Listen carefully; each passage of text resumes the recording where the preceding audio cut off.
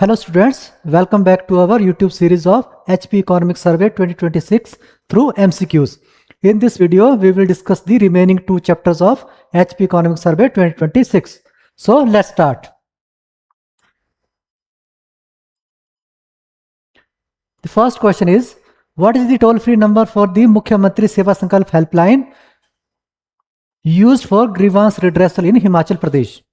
तो क्वेश्चन पूछ रहा है आपसे कि हिमाचल प्रदेश में शिकायतों के निपटारे के लिए कौन सी जो मुख्यमंत्री सेवा संकल्प हेल्पलाइन है उसका टोल फ्री नंबर क्या है।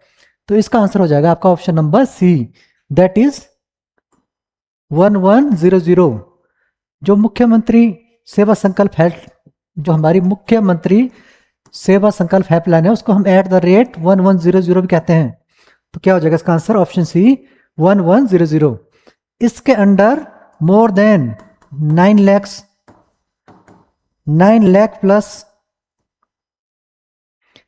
लाख प्लस इसमें कंप्लेंट दर्ज की गई थी। उसमें से 98% डिस्पोजल रेट है हमारा। 9 लाख प्लस कंप्लेंट्स आई थी, उसमें से 98% हमने डिस्पोज कर दिया है। और उसमें भी 71% has been disposed for the satisfaction of customer.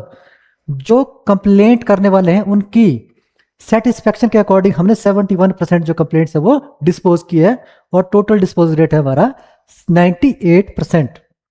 तो ये आपका आंसर हो जाएगा ऑप्शन नंबर सी, दी 1100 हेल्पलाइन नंबर। ये एक सेंट्रलाइज पब्लिक ग्रीवांस सिस्टम है हिमाचल प्रदेश के सिटीजन्स के लिए। Second question, which project has been launched by the state government to create a dynamic database of all the residents for efficient entitlement delivery और efficient service delivery। तो राज्य सरकार द्वारा कुशल जो अधिकार वितरण है और जो सर्विस डिलीवरी है उसके लिए कौन सा एक डेटाबेस तैयार किया गया है, वो कौन सी परियोजना के अंडर जो है तैयार किया गया है। तो इसका आंसर हो जाएगा आपका option number B, that is Him Parivar. इसका आंसर है option number B, Him Parivar. Him Parivar एक इंटीग्रेटेड डेटाबेस है जो हमारे पीडीएस सिस्टम जो पब्लिक डिस्ट्रीब्यूशन सिस्टम होता है जिसके अंडर हमें सस्ता अनाज मिलता है, और दूसरा जो हमारा परिवार रजिस्टर होता है जिसकी नकल आपने बहुत बार निकाली होगी, परिवार रजिस्टर की नकल, उन दोनों को इंटीग्रेट करके ये परिवार हिम परिवार का जो है डेटाबेस क्रिएट किया जा रहा है। Him Parivar it creates one stop digital identity for all the residents of Himachal Pradesh. और डिजिटल आइडेंटिटी से अगर आपको याद होगा कि जो आधार जनरेशन है दैट इज मोर देन 100% इन हिमाचल प्रदेश। जो हमारे आधार बन रहे हैं उसमें 100% से ज़्यादा एनरोलमेंट हो चुकी है। ये 104% है एट प्रेजेंट। और इसमें भी अगर हम 0 से 5 ईयर्स जो 0 से 5 साल तक के बच्चे हैं उनके लिए हमारा HP फर्स्ट है इंडिया में। 0 से 5 साल के आधार एनरोलमेंट या आधार जनरेशन के लिए हिमाचल पहले स्थान पर है हमारे देश भारत में। यह भी आपने ध्यान रखना है। Next question is the HP state data center which provides shared IT infrastructure to all government department is located at. जो HP स्टेट डाटा सेंटर है वो कहां पे लोकेटेड है, तो ये हमारा लोकेटेड है option number C, that is महली धर्मशाला में। कहां पे लोकेटेड है ये, महली धर्मशाला में। ऑप्शन नंबर सी इसका आंसर हो जाएगा। और ये जो क्रिटिकल गवर्नमेंट की एप्लीकेशंस हैं जिससे जो वेलफेयर स्कीम वाली एप्लीकेशन है या जो हमारी सरकार का क्रिटिकल डाटा है उसको स्टोर करता है ताकि in the event of disaster और अगर कहीं से हैकिंग वगैरह होती है, साइबर क्राइम होता है, तो पूरे का पूरा डाटा हमारा दोबारा से क्या किया जा सकता है, रिकवर किया जा सकता है। तो जो स्टेट डाटा सेंटर है that is located in Mehli Shimla. ये बात आपने ध्यान रखनी है। Question number 4 is which portal serves as a single window system for online services of various government departments in the Himachal Pradesh. ये क्वेश्चन पूछ रहा है कि हिमाचल प्रदेश में ऐसा कौन सा पोर्टल है जो वेरियस गवर्नमेंट सर्विसेज को सिटीजन को प्रोवाइड करता है। तो आपको पता है कि वो पोर्टल है हमारा हिम सेवा पोर्टल। ऑप्शन नंबर ए, कौन सा पोर्टल है, हिम सेवा पोर्टल, ऑप्शन नंबर ए। और इसी हिम सेवा पोर्टल को हमें कहा जाता है ई डिस्ट्रिक्ट पोर्टल भी कहा जाता है इसको, ई डिस्ट्रिक्ट पोर्टल। इस पोर्टल के अंडर 451, ये एक बात आपने याद रखनी है, ये वाला data 451 government to citizen services provide की जाती है। Government to citizen services. 451 government to citizen services provide की जा रही है हमारी हिम सेवा पोर्टल के थ्रू। इसमें आपका इनकम सर्टिफिकेट हो गया, नॉन एम्प्लॉयमेंट हो गया, करेक्टर सर्टिफिकेट हो गया आपका। इसके अलावा अगर आपने ईडब्ल्यूएस का सर्टिफिकेट बनाना है, कोई भी सर्टिफिकेट आपने बनाना है, कोई भी लाइसेंस अगर आपने अप्लाई करना है, तो आप हिम सेवा पोर्टल के थ्रू उसको अप्लाई कर सकते हैं।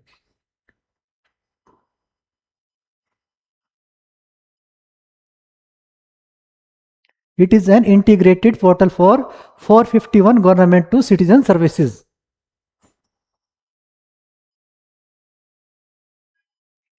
Question number 5th is, this Software Technology Park of India, STPI, this Software Technology Park of India Center in Himachal Pradesh is located at, जो हिमाचल प्रदेश में सॉफ्टवेयर टेक्नोलॉजी पार्क सेंटर है वो कहां पे लोकेटेड है? तो इसका आंसर हो जाएगा आपका option number B, that is in Shimla. It's answer is option B, Shimla. और ये क्या करता है आपका, ये प्रमोट करता है जो आईटी अनेबल्ड सर्विसेज है उनका एक्सपोर्ट, और जो आईटी कंपनीज हिमाचल में अपना बिजनेस सेटअप करना चाहती है उनको भी ये सर्विसेज प्रोवाइड करता है। STPI software technology park of India, इसका जो शिमला सेंटर है that promote software export and provide infrastructure for IT companies. जो हमारा शिमला का software technology park of India वाला सेंटर है वो हमारा जो सॉफ्टवेयर निर्यात है उसको बढ़ावा देता है, तथा जो आईटी कंपनियां हिमाचल में अपना बिजनेस सेटअप करना चाहती है उनको बुनियादी ढांचा प्रोवाइड करती है। Question number 6 is, what is the total number of urban local bodies currently operational in Himachal Pradesh as per the survey? तो इसका आंसर हो जाएगा आपका option number D, 75 urban local bodies है एट प्रेजेंट हिमाचल प्रदेश में। इसमें से आपने एक चीज ध्यान रखने की, इसमें से जो म्यूनिसिपल कॉरपोरेशन है वो है 8, एचपी का इकोनॉमिक सर्वे में दिया आपका, और जो म्यूनिसिपल काउंसिल है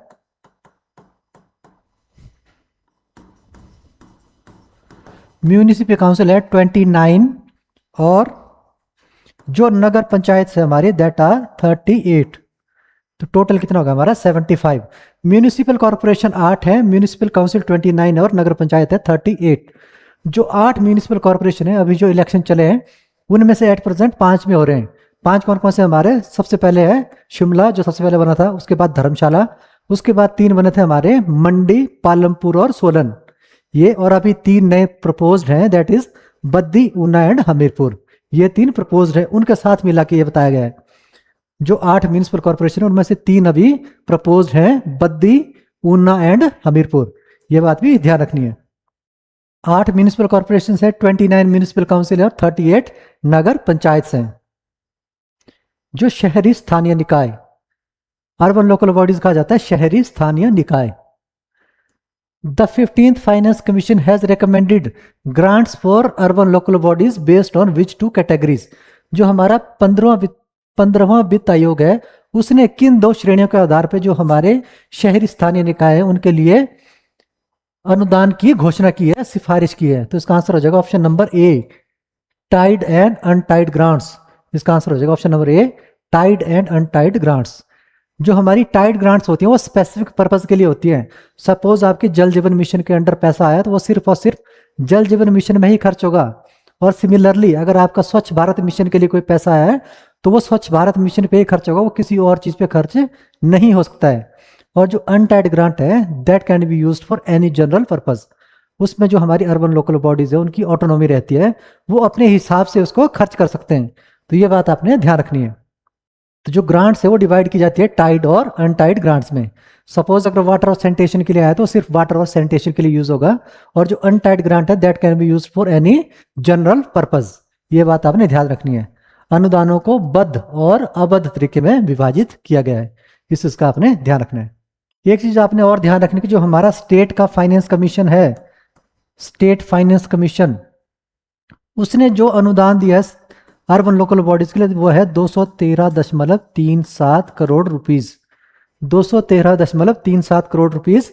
इसमें से भी जो 80% है that is your basic grant, 80% basic grant है, 20% is performance based grant. 80% is basic grant and 20% is your performance based grant. जो हमारी अर्बन लोकल बॉडीज ज्यादा बेटर परफॉर्म करेगी उनको ये 20% परफॉर्मेंस बेस्ड ग्रांट इशू होगी, और जो 80% है वो तो सबको इशू होगी, that is your basic grant. Now question number 8 is which state level network provides the backbone for IT enabled services from the state headquarters down to the block level। ये पूछता है कि कौन सा ऐसा राज्य स्तरीय नेटवर्क है जो राज्य मुख्यालय से ब्लॉक स्तर तक जो IT सक्षम सेवाओं को प्रदान करता है। तो इसका आंसर हो जाएगा आपका ऑप्शन नंबर डी, हिमस्वान। हिमस्वान की फुल फॉर्म है Himachal state wide area network. Himachal state wide area network, ये है हिमस्वान की फुल फॉर्म, और इसको 2005 में शुरू किया गया था। कब शुरू किया गया था? ये 2005 में। इसका भी आपने ध्यान रखना है। HimSWAN provides data, voice and video connectivity to government offices. जो हिमस्वान है वो सरकारी कार्यालयों को डेटा, वॉइस और वीडियो कनेक्टिविटी प्रदान करता है। Question number 9 is what is the main objective of the Him Pragati portal mentioned in the सर्वे।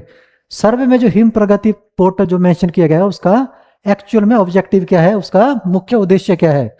तो इसका आंसर हो जाएगा हमारा option number A, monitoring of major projects. Basically इस पोर्टल को जो CM ऑफिस होता है, जो हमारा मुख्यमंत्री कार्यालय होता है शिमला से, वो इस पोर्टल को यूज करता है किस चीज के लिए? ट्रैक करने के लिए कि जितने हमारे प्रोजेक्ट्स इसमें हिमाचल में चल रहे हैं वो एक टाइम बाउंड मैनर से कंप्लीट हो रहे हैं, एग्जीक्यूट हो रहे हैं या नहीं हो रहे हैं। इस चीज के लिए ये हिम प्रगति पोर्टल है। Him Pragati portal is used by the CM's office to monitor the progress of development projects. जितने भी हमारे विकासात्मक परियोजनाएं हैं उनके कार्यान्वयन की जो प्रगति है उनकी निगरानी के लिए जो इस पोर्टल का उपयोग किया जाता है मुख्यमंत्री कार्यालय के द्वारा। तो ये बात भी आपने ध्यान रखनी है। Question number 10 is how many Lok Mitra Kendras are currently operational in Himachal Pradesh to provide citizen centric services. Himachal Pradesh में नागरिक केंद्रित सेवाएं प्रदान करने के लिए वर्तमान में कितने लोक मित्र केंद्र हैं? लोक मित्र केंद्र आपको इनको कॉमन सर्विसेज सेंटर भी कहा जाता है, CSC, common services centre, common services centres. और ये कितने हैं? मोर देन 5000, 5000 से ज्यादा, 5000 से ज्यादा जो है कॉमन सर्विसेज सेंटर है, लोक मित्र केंद्र हिमाचल प्रदेश में। और इन लोक मित्र केंद्रों में आप बिल डिपॉजिट कर सकते हैं, चाहे आपका बिजली का हो, पानी का हो, कोई भी बिल हो।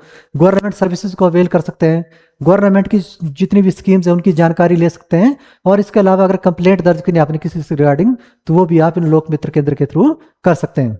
ये इनका काम है। Over 5000 Lok Mitra Kendras act as front end delivery points for e governance services. जो हिमाचल में ई-गवर्नेंस को प्रमोट करने के लिए हमारे लोक मित्र केंद्र शुरू किए गए हैं।